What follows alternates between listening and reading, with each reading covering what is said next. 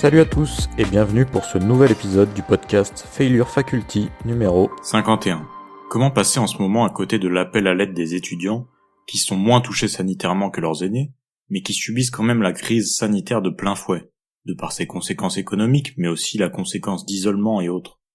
On a même entendu le président Macron consentir à la difficulté de la situation avec la fameuse phrase « C'est dur d'avoir 20 ans en 2020 ». On entend alors que les étudiants actuels sont une génération sacrifiée. Cependant, ce sont déjà des termes que j'ai entendus à mon époque, quand il y avait une réforme concernant les épreuves anticipées du bac, avec notamment les épreuves d'histoire géo avancée.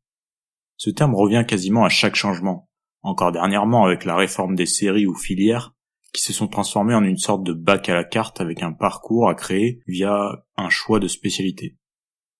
Certes, tous les cas ne sont pas toujours à la même échelle, mais c'est plus dans le sens où la conclusion est très rapidement donnée et le constat futur prouve qu'elle est souvent trop hâtive et fataliste. Loin de moi l'idée de vouloir minimiser la situation ou les éventuels mal-être qu'ils ressentent, mais dans toute difficulté il y a toujours un choix qui s'offre à nous. Il n'y a pas de soleil sans ombre. Lorsque les ténèbres de la nuit envahissent l'âme et que des montagnes de difficultés l'ensevelissent, il y a toujours un moyen de creuser soit une caverne, soit un tunnel. Dans le cas d'une caverne, tu te sens perdu, tu tâtonnes, seul dans le noir. Mais si tu creuses un tunnel, tu as alors l'espoir d'y découvrir au bout une facette plus lumineuse de la vie. Si tu pratiques l'attention et que tu apprends à être flexible, tu parviendras à illuminer des éléments qui se trouvent à une profondeur plus importante. C'est le seul moyen de parvenir à suivre le fil et à être responsable de ta souffrance dans le cas où elle ferait son apparition.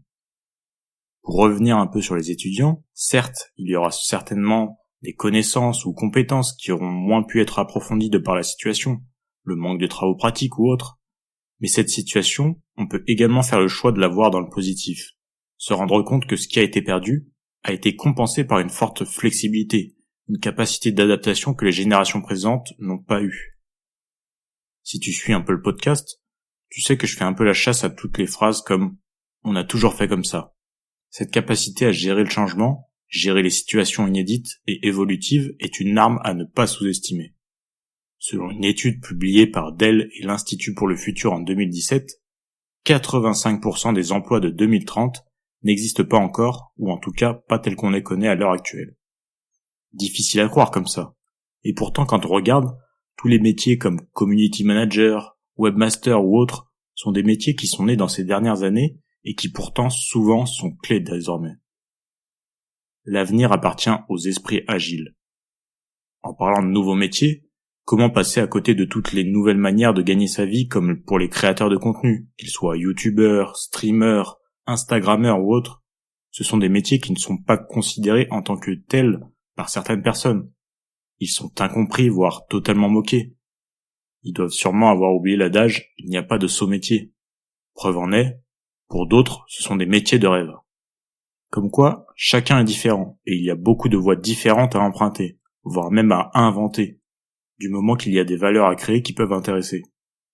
Il y a un grand nombre de formes qui peuvent être prises, et on ne les connaît sûrement pas encore toutes. Cette capacité d'adaptation se rapproche d'un apprentissage, peut-être le plus important qui soit, qui est simplement le fait d'apprendre à apprendre. Savoir se tenir à jour, surfer sur la vague, se réinventer, se remettre en question, changer de cadre.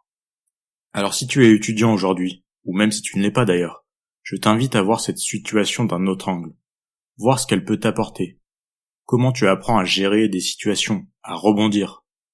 Occupe-toi avant tout de ce qui te plaît. Il n'est pas exclu que tu puisses en trouver des ressources, qu'elles soient financières ou non. L'important c'est de ne pas se fermer dans un schéma et de t'effondrer s'il y a un obstacle se présente à toi. Et toi, as-tu pensé être une génération sacrifiée ? Penses-tu avoir laissé passer ta chance ? Arrives-tu à accepter l'obscurité en gardant l'œil en direction de la lumière ?